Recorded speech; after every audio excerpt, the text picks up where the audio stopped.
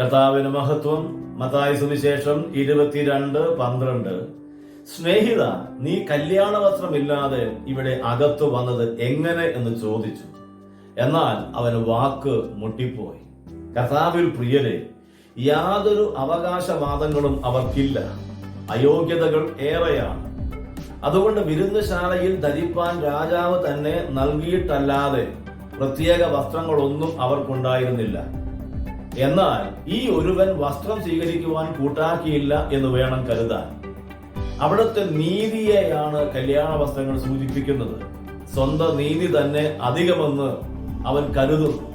അതിനാൽ അവിടുത്തെ ക്ഷണം സ്വീകരിക്കുന്നതായി ഭാവിക്കുകയും നീതി സംബന്ധിച്ചുള്ള ദൈവിക വ്യവസ്ഥ നിരാകരിക്കുകയും ചെയ്യുന്നവരുടെ പ്രതിനിധിയാണ് ഇയാൾ.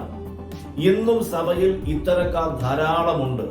മൂഢസ്വർഗത്തിൽ ജീവിക്കുന്നത്. അറിവില്ലായ്മയല്ല, അനുസരണമില്ലായ്മയാണ് പ്രശ്നം. ദൈവിക വ്യവസ്ഥയെ ഉപേക്ഷിക്കുകയോ തള്ളിക്കളയുകയോ ചെയ്യുന്നത് ഗുരുതരമായ കുറ്റമാണ്. അതിന്റെ ശിക്ഷ കഠിനവുമാണ്. പ്രത്യാശയോടെ നമുക്ക് ഒരുങ്ങാം.